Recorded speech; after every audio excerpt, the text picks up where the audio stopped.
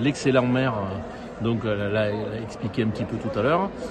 Donc on est arrivé dans un projet qui était compliqué, parce qu'il y avait quand même pas mal de paramètres qui devaient rentrer en jeu, l'architecte des bâtiments de France, etc. C'était une entrée de ville, donc c'était très en vue, donc sur une friche ferroviaire. Donc il a fallu donc mobiliser à ces gares donc 4 millions d'euros en fonds propres, donc, puisque ce projet c'est un projet privé et que effectivement il n'y a aucune subvention, donc c'est normal.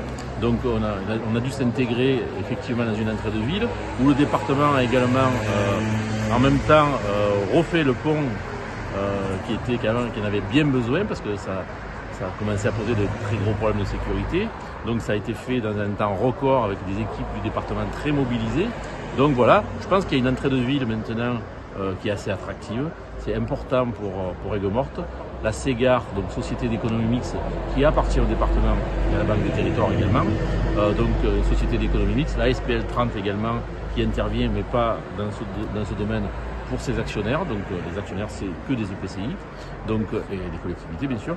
Donc ici c'est stratégique pour Aigues-Mortes.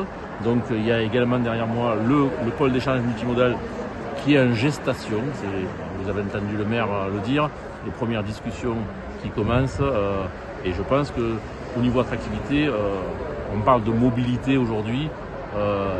Aigues-Mortes se doit d'avoir vraiment un bel outil, un pôle d'échange multimodal qui soit à la hauteur des enjeux de demain, parce que effectivement, il a parlé également du nouveau parking avec des bornes photovoltaïques.